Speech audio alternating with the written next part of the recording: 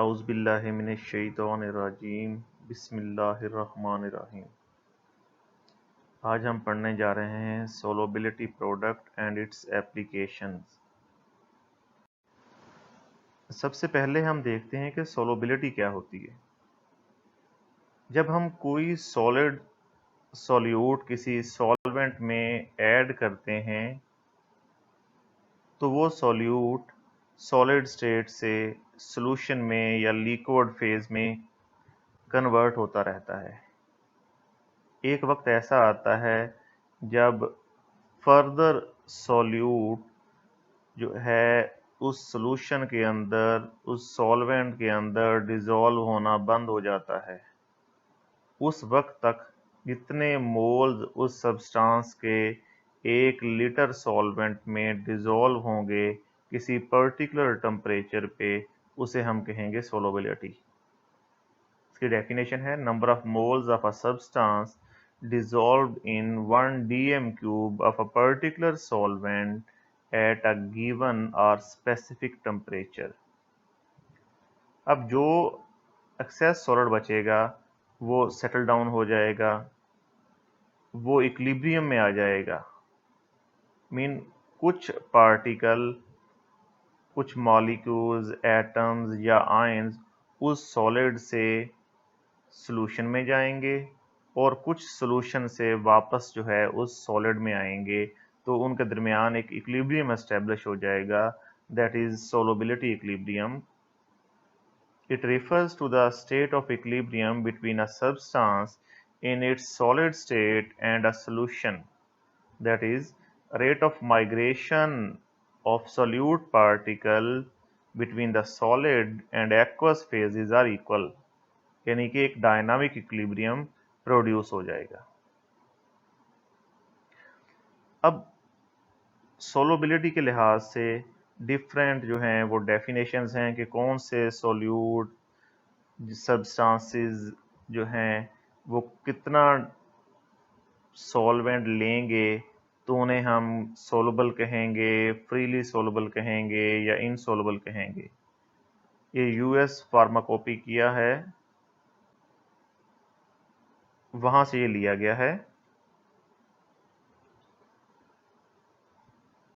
पहले है डिस्क्रिप्शन, तो आगे है 1 gram of solute is soluble in volume of solvent.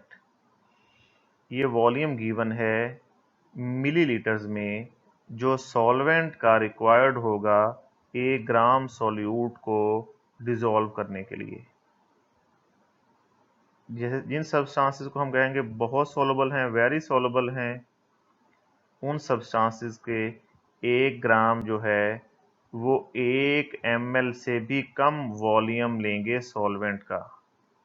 जो फ्रीली सोलबल होंगे वो 1 ग्राम सोल्यूट जो है 1 से 10 ml सॉल्वेंट का लेगा। इसी तरह बाकी गिवन है।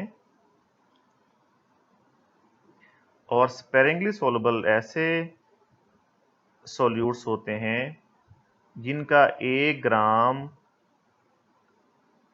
30 से 100 ml सॉल्वेंट में डिसॉल्व हो, उन्हें हम कहते हैं स्पेरिंगली सोलबल। और प्रैक्टिकली इनसोलबल हम उन्हें कहते हैं कि अगर 1 ग्राम सॉल्यूट जो है वो 10,000 ml या 10 लीटर सॉल्वेंट में भी डिसॉल्व ना हो तो उसे हम कहते हैं ये इट इज़ प्रैक्टिकली इनसोलबल। नेक्स्ट है सोलबिलिटी प्रोडक्ट क्या होता है। सोलबिलिटी प्रोडक्ट है equilibrium of sparingly soluble salts. कहते हैं कि कोई सब्सटेंस ऐसा नहीं है कि जिसे हम कहते हैं कंप्लीटली इनसोलबल आयनिक कंपाउंड। जिन कंपाउंड्स को हम कहते हैं कि ये इनसोलबल हैं, एक्चुअली वो बहुत बहुत कम सोलबल होते हैं। और ऐसे सब्सटेंस की जो मेजॉरिटी जो है वो सॉलिड स्टेट में ही रहती है, वो सॉल्यूशन में, लिक्विड स्टेट में, आयनिक फॉर्म में बहुत कम जाती है। फॉर एग्जांपल लेड हाइड्रोक्साइड है, वाटर में ऐड करेंगे तो लेड और हाइड्रोक्सिल आयन बनेगा। इसका इक्विलिब्रियम कांस्टेंट एक्सप्रेशन लिखते हैं तो ये हमारे पास वैल्यू आती है। अब चूंकि लेड हाइड्रोक्साइड की कंसंट्रेशन कांस्टेंट रहती है, मीन ये बहुत कम जो है वो प्रोडक्ट में डिसॉल्व होता है, तो हम कहते हैं जितना हमने स्टार्ट में लिया था तकरीबन उतना ही ये है। तो जब ये Kc से मल्टीप्लाई होगा, दोनों कांस्टेंट्स हैं, तो हम इनको एक नए कांस्टेंट से रिप्लेस कर लेते हैं, that is called as solubility product constant. और ये बहुत ज़्यादा टेम्परेचर डिपेंडेंट होता है। तो Ksp या solubility product constant ionic product के इक्वल होता है। प्रिंसिपल क्या है? Product of the ionic concentrations in a saturated solution of partially or sparingly soluble salts is constant at a given temperature. कुछ और sparingly soluble salts हैं, barium sulphate, silver chloride, silver chromate etcetera. इनकी हम equations लिखेंगे कि water में ये कैसे डिसॉल्व होंगे, और ये आगे इनकी Ksp वैल्यूज गिवन है। Ksp के लिए इक्वेशंस इनकी गिवन है।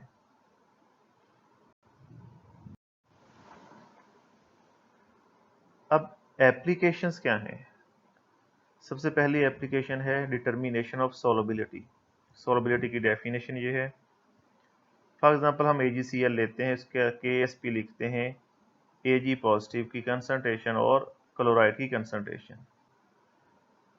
अगर सोलबिलिटी S हो, जिसको हम मोल पर dm³ इन कंसंट्रेशन से शो करते हैं, चूंकि इक्वेशन में जितने Ag पॉजिटिव आयन होंगे उतने ही क्लोराइड होंगे, तो दोनों की सोलबिलिटी S ही होगी। तो Ksp it is equal to solubility of silver ion and solubility of chloride ion, Ksp it is equal to solubility square हो जाएगा, और solubility जो है वो Ksp का अंडर रूट लेंगे तो हमारे पास solubility आ जाएगी। मीन अगर हमें solubility प्रोडक्ट पता हो, उसका अंडर रूट लेने से हमारे पास solubility आ जाती है। दूसरा है in predicting the formation of a precipitate, कि किसी रिएक्शन में प्रेसिपिटेशन होगी या नहीं। इक्वेशन में हमारे पास दो चीजें हैं, एक है Ksp और दूसरी तरफ है आयनिक प्रोडक्ट। अगर दोनों इक्वल होंगे, आयनिक प्रोडक्ट को हम रिएक्शन कोशेंट भी कहते हैं और इसे Q से शो करते हैं। अगर दोनों इक्वल होंगे, जो कि हमने इक्वेशन में देखा है, तो इक्विलिब्रियम एस्टेब्लिश होगा। मीन मैक्सिमम जो है सोल्यूट डिसॉल्व हो सकता है, आयनिक फॉर्म में जा सकता है, वो उतना ही चला जाएगा। और अगर आयनिक प्रोडक्ट कम होगा, Ksp ज़्यादा होगी, इसका मतलब है अभी और सॉलिड सोल्यूट वो सॉल्यूशन के अंदर डिसॉल्व हो सकता है।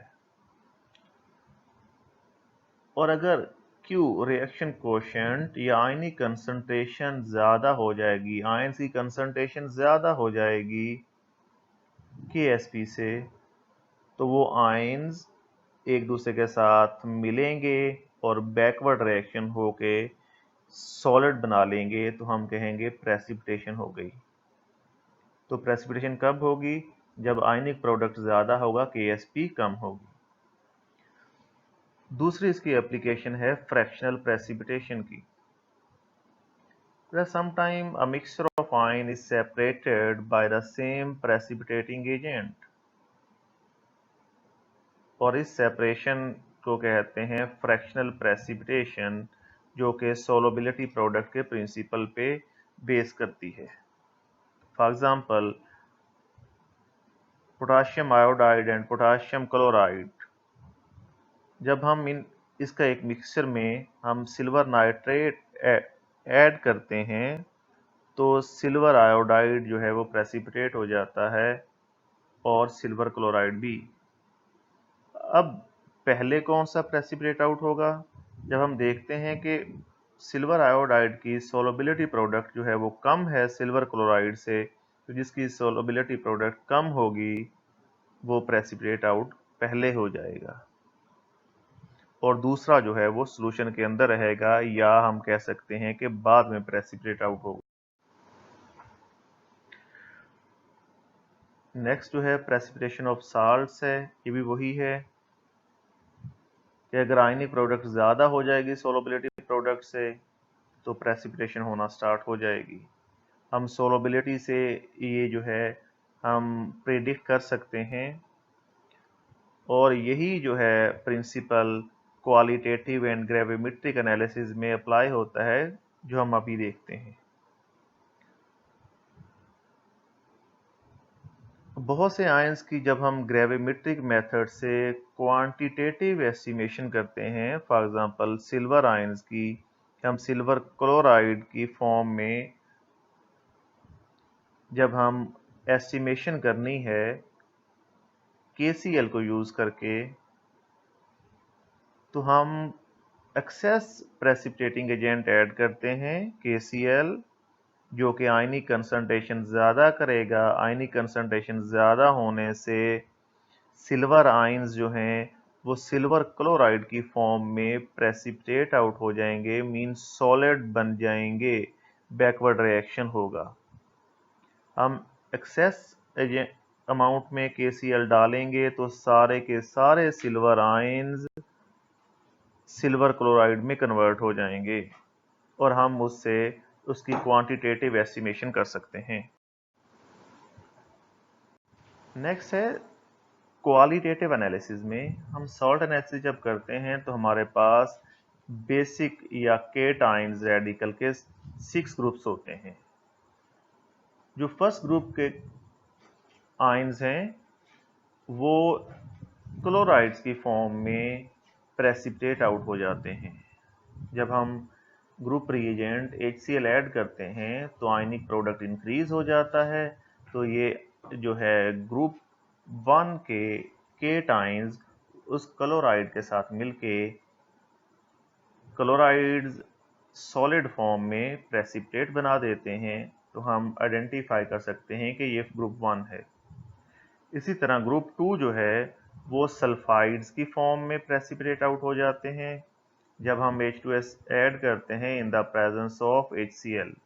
जब हम एक्सेस H2S ऐड करते हैं तो ये केटाइंस जो हैं सल्फाइड्स में कन्वर्ट हो जाते हैं और सॉलिड में कन्वर्ट हो जाते हैं, क्योंकि उनका सोलबिलिटी प्रोडक्ट कम होता है तो वो प्रेसिपिटेट आउट हो जाते हैं। इस तरह हमें आइडिया हो जाता है कि ये जो हैं ग्रुप 2 के केटाइंस हैं। Next is common ion effect. ये अलग टॉपिक भी पढ़ सकते हैं, इसको सोलबिलिटी प्रोडक्ट का भी जो है हिस्सा कह सकते हैं। बेसिकली सोलबिलिटी प्रोडक्ट और कॉमन आयन ये सारे का सारा जो है ये ले चैटलियर प्रिंसिपल पे बेस करता है। फॉर एग्जांपल हमारे पास एसिटिक एसिड है, वाटर में डिसॉल्व करते हैं, एसीटेट आयन और H3 पॉजिटिव हाइड्रोनियम आयन में कन्वर्ट हो जाएगा। हमारे पास Ka की वैल्यू ये आ जाएगी। अब इसी मिक्सचर में अगर हम HCl ऐड करें, HCl क्या करेगा, HCl वाटर में डिसॉल्व होकर क्लोराइड आयन बनाएगा और H3O पॉजिटिव हाइड्रोनियम आयन बनाएगा। अब इस मिक्सचर में हाइड्रोनियम आयन की कंसंट्रेशन जो है वो बहुत ज़्यादा हो जाएगी।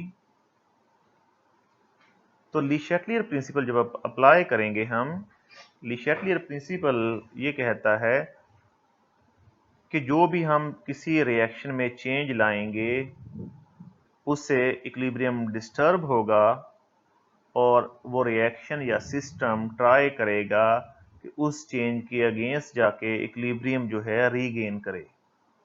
अब चूंकि प्रोडक्ट्स जो हैं वो H3O पॉजिटिव की फॉर्म में ज़्यादा हो जाते हैं, तो अब इन दोनों रिएक्शन में से एक रिएक्शन जो है वो बैकवर्ड होगा, वो होगा CH3COO नेगेटिव H पॉजिटिव के साथ या H3O के साथ रिएक्शन करके वापस जो है एसिटिक एसिड और वाटर बना लेंगे। मीन जो वीक एसिड है उसकी आयोनाइजेशन कम हो जाएगी। इसी तरह हम कह सकते हैं कि जब हमने इसी एसिटिक एसिड और वाटर में हमने सोडियम एसीटेट ऐड किया तो भी हमारा रिएक्शन जो है पहले वाला वो बैकवर्ड हो गया। इसी तरह हमारे पास एक और है एग्जाम्पल, वो है अमोनियम हाइड्रोक्साइड, जो कि डिसोसिएट होता है अमोनियम में और OH नेगेटिव में। अगर हम इस मिक्सचर में सोडियम हाइड्रोक्साइड ऐड करें तो ये आयोनाइज होगा सोडियम पॉजिटिव और OH नेगेटिव में। अब ये दोनों OH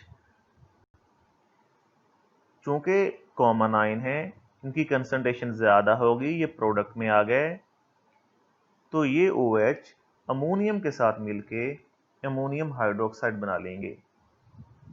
डेफिनेशन क्या है?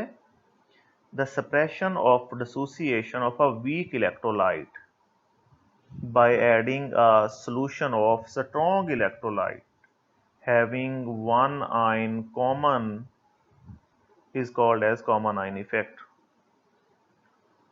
जो स्ट्रॉन्ग इलेक्ट्रोलाइट्स हैं वो अपने आप को आयोनाइज्ड फॉर्म में रखेंगे, और जो वीक इलेक्ट्रोलाइट्स हैं उनकी आयोनाइजेशन को सप्रेस कर देंगे। अब इनकी इंडस्ट्रियल एप्लीकेशंस क्या हैं? सबसे पहले है purification of common salt. Purified NaCl की फार्मास्यूटिकल इंडस्ट्री में बहुत ज़्यादा इंपॉर्टेंस होती है। तो जब NaCl को वाटर में डिसॉल्व करते हैं तो ये सोडियम और क्लोराइड में कन्वर्ट हो जाता है। जब इस मिक्सचर में, इस एक्वस सोल्यूशन में HCl ऐड करेंगे तो ये H पॉजिटिव और क्लोराइड में कन्वर्ट हो जाएगा। अब चूंकि क्लोराइड कॉमन है और HCl और NaCl में से NaCl वीक इलेक्ट्रोलाइट है, तो ये जो है इसकी आयोनाइजेशन वो सप्रेस हो जाएगी और रिएक्शन जो है क्लोराइड और सोडियम मिलके सोडियम क्लोराइड सॉलिड स्टेट में बना देंगे। सोडियम क्लोराइड प्रेसिपिटेट आउट हो जाएगा और हम प्योर फॉर्म में इसको ले सकते हैं। इस रिएक्शन में जस्ट क्लोराइड और सोडियम ही आपस में रिएक्ट करके दोबारा सोडियम क्लोराइड सॉलिड स्टेट में कन्वर्ट होगा, और कोई दूसरा जो है इम्प्योरिटी इसमें शामिल नहीं होगी। नेक्स्ट है salting out of soap. Soap जो कि एक सॉल्ट है, sodium salt of fatty acids होता है, ये भी सॉल्यूशन में आयोनाइज हो जाएगा। सोडियम पॉजिटिव आयन और कार्बोक्सिलेट आयन। अब इस सॉल्यूशन को हम इस सोप के सॉल्यूशन को जब हम सॉलिड स्टेट में लेना है हमने, तो हम क्या करेंगे, हम इसमें NaCl ऐड कर देते हैं। NaCl ऐड करेंगे। NaCl अब इसमें स्ट्रॉन्ग इलेक्ट्रोलाइट है, सोडियम और सोडियम दोनों में कॉमन आयन हो जाएंगे। जब सोडियम आयन कॉमन हो जाएगा, इनकी कंसंट्रेशन बढ़ जाएगी, क्योंकि ये प्रोडक्ट में है, प्रोडक्ट की कंसंट्रेशन बढ़ने से रिवर्स रिएक्शन स्टार्ट हो जाएगा। अब रिवर्स रिएक्शन स्टार्ट किसका होगा? जो वीक इलेक्ट्रोलाइट है। सोप वीक इलेक्ट्रोलाइट है, तो सोडियम पॉजिटिव और RCOO नेगेटिव ये मिलके RCOONA sodium salt of fatty acid solid state में बना देंगे। ये प्रोसेस सॉलिड सोप ऑब्टेन करने का उसके सॉल्यूशन में से with the help of NaCl is called as salting out of soap. ये हमारा डिटेल जो था टॉपिक सोलबिलिटी प्रोडक्ट का था, एंड थैंक यू।